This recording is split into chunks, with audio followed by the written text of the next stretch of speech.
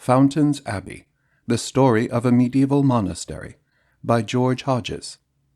Preface. The materials out of which this book is made were taken mainly from two sources: a description and explanation of the Abbey ruins by Mr. W. H. St. John Hope, and a collection and annotation of the Abbey records by Mr. John Richard Walbran. The ruins have been minutely examined by Mr. St. John Hope, who has left no stone unconsidered. He has brought to his study of the Abbey a profound knowledge of monastic architecture. The account of his investigations is published in the 15th volume of the Yorkshire Archaeological Journal. To this is appended Mr. Harold Breakspeare's ground plan of the Abbey, which Lord Ripon has had framed for the convenience of visitors in various places in the buildings. This is the plan which, with Lord Ripon's permission, is here reproduced with slight changes. The records have been gathered together by Mr. Walbran and printed with many learned and interesting notes in 2 volumes of the publications of the Surtees Society, entitled Memorials of Fountains Abbey. They begin with a contemporary narrative of the foundation of the Abbey, and extend to the grant which the king made of the Abbey lands after the suppression.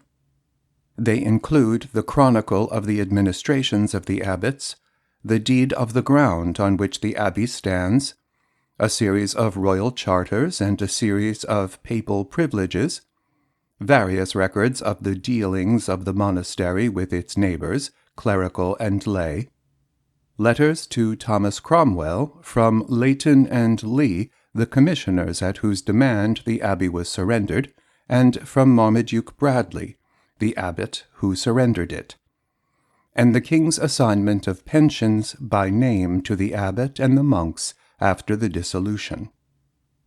Of these documents, the longest and most interesting is the contemporary account of the foundation, Narratio de Fundatione Fountanis Monasterii. It was written by Hugh, a monk of the daughter house of Kirkstall, upon information given him by Serlo, an aged brother then resident in that abbey, who had once lived at Fountains. Serlo was almost 100 years old when he sat in the sun in the cloister of Kirkstall and told this story of his early days, answering Hugh's questions. Quote, "It is now," he says, "the 69th year of my conversion. When I first went to Fountains to associate myself to that holy brotherhood, I was, as I remember, about beginning my 30th year." End quote. The Abbey, at that time, as he tells us in another place, was 5 years old. But he had been acquainted with the brethren before. Quote, "When the monks left the monastery of York, I myself was present. I had known their names and faces from my boyhood. I was born in their country, was brought up amongst them, and to several of them I was related by ties of blood. And although I am, as thou may see, far advanced in years, I am very grateful to my old age that my memory remains unimpaired, and particularly retentive of those things committed to it in early years. Such things, therefore, relating to the origin of the monastery of Fountains, which I personally witnessed, or have gathered from the credible report of my elders, I will now relate." End quote. Serlo spent 10 years at Fountains, leaving in 1147 with the colony which founded Kirkstall.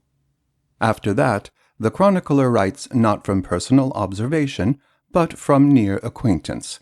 There would naturally be frequent communication between the mother and the daughter house. The reminiscences end with the death of the 6th abbot in 1190.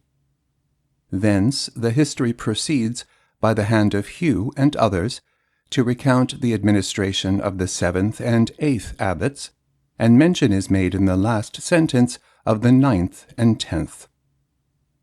In addition to these books, information is to be had concerning the Cistercian order in its official documents. These are the Life of St. Stephen Harding, the chief founder, the Exordium, 1120, a history of the beginning of the order, the Carta Caritatis, 1119, its constitution, the Rule of St. Benedict, to whose strict keeping the Cistercians were pledged, the Usus Antiquiores, or Consuetudines, the customs of the society, and the Instituta Capitali Generalis, or laws passed during several hundred years by the General Chapter for the government of the order. A Life of St. Stephen in English was published in 1844 under the editorship of John Henry Newman, as the first in a projected series of Lives of the English Saints. The Rule of St. Benedict is admirably summarized in the article on monachism in the Encyclopaedia Britannica. The Institutes have been printed in successive numbers of the Yorkshire Archaeological Journal, volumes 9, 10, and 11, by the Reverend J. T. Fowler. The other documents are assembled in the 166th volume of Minya's Patrologia Latina. In the Rites of Durham, a contemporary account of the customs of a Benedictine abbey, light is thrown upon obscure passages in these official documents, and much help is given in the way of homely detail towards an understanding of the routine of the monastic day. Dean Stubbs, in his lectures on Ely Cathedral, and the Reverend John Henry Blunt, in his account of Sion House, prefixed to his edition of the Mirror of Our Lady, take us pleasantly into the refectory, telling us what the monastic folk had for dinner, and with what curious signs they communicated one with another during the silent meal. The writer gratefully acknowledges the friendly services of the Dean of Ripon and of Charles Edward Ardley Childers of Pittsburgh, and the courtesy of the Marquis and Marchioness of Ripon during his locum tenency of Studley Church in the summer of 1901. The Deanery, Cambridge, Massachusetts, September 1903.